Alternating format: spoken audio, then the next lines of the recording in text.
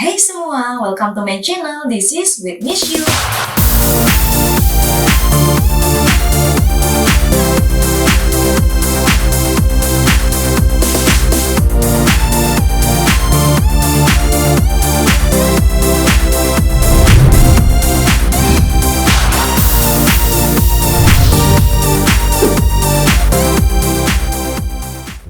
Nah kawan-kawan semua, kembali lagi with aku Miss Yun. Jadi kali ini kita bakalan lagi ngebahas bareng tentang anything, segala sesuatu yang edukatif, inspiratif, dan berfaedah. Jadi konten yang aku buat ini no kaleng-kaleng ya. Segala yang aku sampaikan ini pasti akan bermanfaat buat kalian semua. Jadi budayakan untuk nonton channel aku ini sampai habis. Jangan di skip-skip, oke? Nah kali ini aku excited banget. Jadi kenapa? Karena aku bakalan penuhin requestan dari orang-orang di sekitar aku, dari teman-teman kerja aku, teman-teman ngajar, dari sahabat aku, dari keluarga, bahkan sampai murid-murid aku yang pengen tahu bener-bener gimana cara trik gitu super biar bisa ngomong lancar sama bule anti gagap.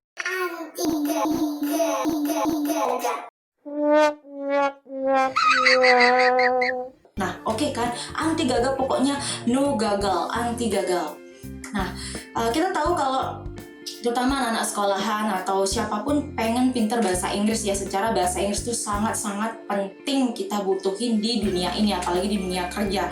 Jadi kita tuh kalau sebagai seseorang itu ya di era milenial ini, di era globalisasi ini, kalau kita punya kemampuan bisa bahasa Inggris itu artinya kita punya nilai plus, kita punya kelebihan dari teman-teman kita yang lain yang nggak bisa bahasa asing. Nah itu makanya banyak sekali teman-teman aku, murid-murid aku yang pengen tahu gimana sih Miss kok bisa lancar bahasa Inggris, gimana Miss caranya biar bisa ngomong sama bule biar nggak demam panggung, biar nggak cepetan gemeteran, biar nggak atau kitanya yang lari atau bulenya yang lari gitu kan. Have you ever had a dreams that you had you could you do you once you could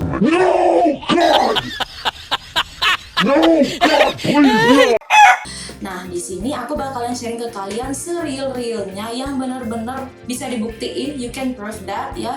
Bisa kalian coba sendiri, nanti kamu bisa protes ke aku kalau misalnya cara-cara yang aku kasih ini nanti misalnya gagal gitu ya. Oke. Nah, aku cerita dulu, kalau biar bisa kita itu pinter lancar ngomong sama bule, yang pertama itu yang wajib kalian lakuin adalah harus drilling and practice. Nah, you know that? Drilling and practice. Ya, aku pakai istilah bahasa Inggris ya, karena ini adalah istilah dalam pembelajaran.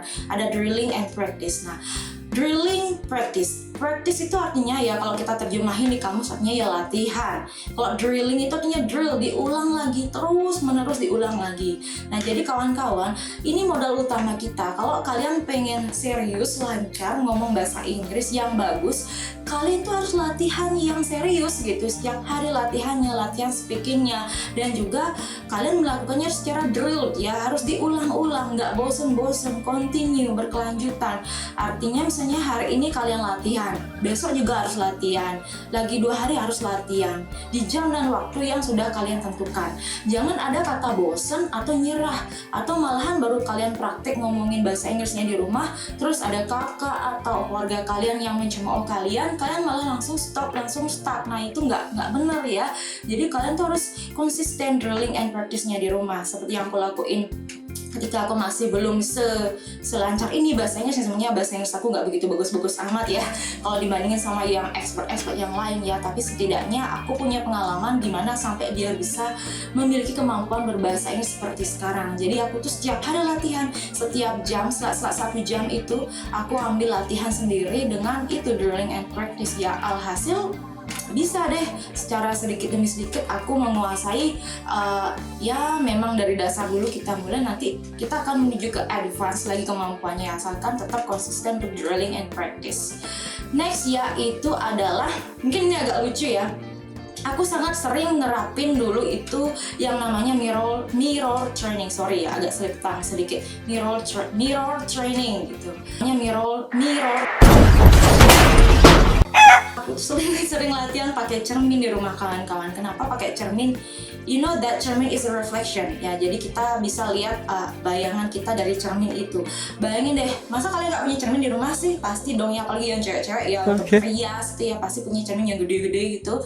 Nah itu kalian bisa pakai buat belajar bahasa Inggris ya, bukan hanya untuk mempercantik diri, untuk meningkatkan kemampuan bahasa kalian juga. Nah kalian bisa pakai cermin, ukurannya bebas tapi jangan yang seiprit ya, jangan yang kecil, biar face kalian kelihatan, biar body posture kalian kelihatan. Nah di cermin ini silahkan kalian lakukan yang namanya mirror training. Mirror training itu kayak gini loh, kalian coba berdiri di depan cermin, usahakan semua kelihatan face kalian, tubuh kalian. Nah kalian silahkan deh itu ngomong bahasa Inggris dengan tema apapun yang kalian sukai based on your own interest. Kalian ngomong, if you are interested in cosmetics, in education, you talk about that in front of your mirror ya. Diomongin tuh semuanya dalam durasi waktu yang kalian tentukan. Misalnya kalian pasang dulu, kalau baru awal misalnya 3 menit dulu. Nah kalian fokus di depan cermin ngomong. Kalian ngomong segala yang ingin kalian omongin. Jangan peduliin grammar dulu, yang penting kalian punya confidence dulu di depan cermin itu untuk ngomong. Dan kalian ngomongnya itu jangan alih-alih, jangan tanpa expression ya. Jadi kalian harus keluarkan facial expression kalian, self confident kalian, dan your freedom in speaking. Jadi tidak ada boundary, tidak ada batasan ketika kalian ngomong. Jadi you are free ya ketika kalian latihan pakai cermin itu. Talking about anything that you like, yang kalian sukai, supaya apa? Supaya lebih ngena di diri kalian. Jangan ngomongin hal-hal yang kalian nggak tahu gitu. Jadi itu nggak guna. Itu hanya akan menghambat eksplorasi pengetahuan kalian, sehingga kalian tuh nggak ada yang mau diomongin gitu. Kalau gitu ya sama aja bohong ya kalian mirror trainingnya. Nah pas kalian mirror training itu kalian bisa lihat ekspresi kalian gimana, apakah kalian udah confident apa enggak ngomongnya, terus eye contact kalian gimana. Jadi itu benar-benar bisa mereflect kemampuan kalian. Oke? Dan juga nah ini yang paling penting, banyak yang tanya ke aku, mana lebih penting belajar speaking dulu atau grammar dulu? Kalau aku berani bilang grammar ya. Jadi sebelum kita praktek speaking, kita harus bisa grammar dulu ya. Jadi grammar itu ibarat teorinya.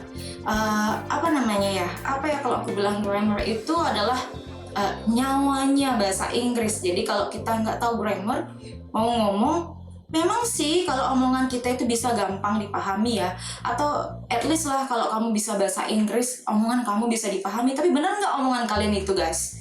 Nah jadi usahakan kalau kita pengen jadi penutur bahasa Inggris yang berkualitas, omongan kalian tuh harus baik dan benar, harus sesuai grammar. Jangan asal bisa dipahami aja kalian udah bisa bangga gitu bisa bahasa Inggris. Yang penting bahasaku bisa dipahami ya.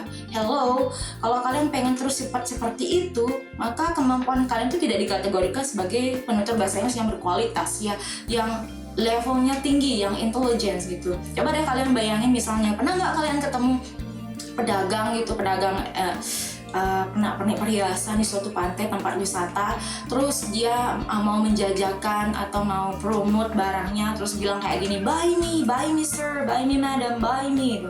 Nah itu secara grammar udah salah teman-teman, buy me. Masa saya dibeli, itu nggak ya, buy me. Nah, coba bayangkan kalau kita nggak belajar grammar, maka bule pun atau turis pun bisa ketawa dengerin kita.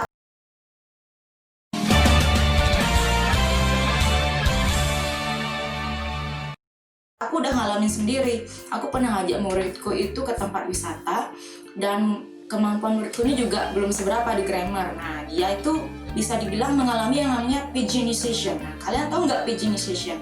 Nah, itu kalau kita belajar speaking duluan, kemudian kita ada grammar masuk ke otak kita belakangan belajar grammarnya. Jadi karena itu sudah terlanjur melekat di ingatan kalian, itu akhirnya susah dihilangin.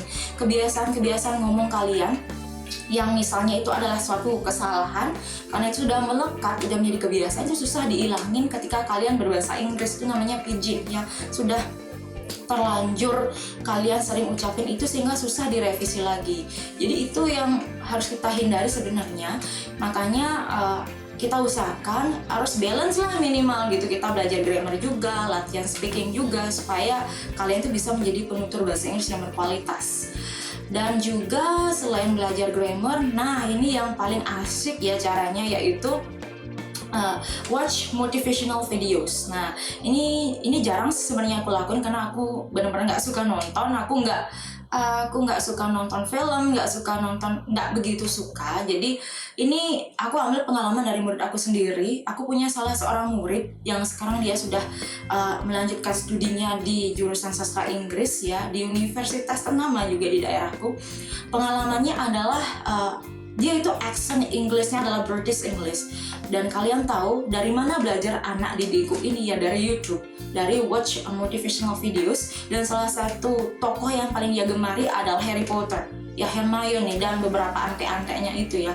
Dari sana anakku ini, muridku ini belajar accent British ya, dari segala macamnya, accentnya, vocabnya, grammarnya juga kan beda tentunya ya, bagaimana vocab dari American and British.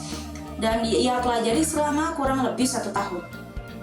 Rutin dengan watch videonya Harry Potter dan Hermione, film-filmnya itu ditonton semuanya, kemudian dipraktekkan dengan metode yang aku kasih tahu tadi, pakai mirror training, pakai grammar exercising, dan juga latihan speaking, drilling and practice.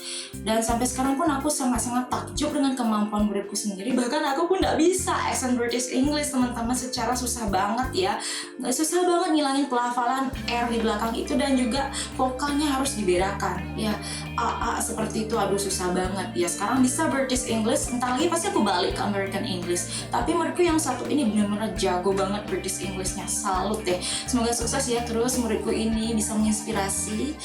Dan yang terakhir adalah, nah ini ya, ketakutan setakut-takutnya untuk semua yang belajar bahasa Inggris, yaitu always negative thinking ya. You may not do that. Kalian harus be positive thinking always, selalu berpikir positif.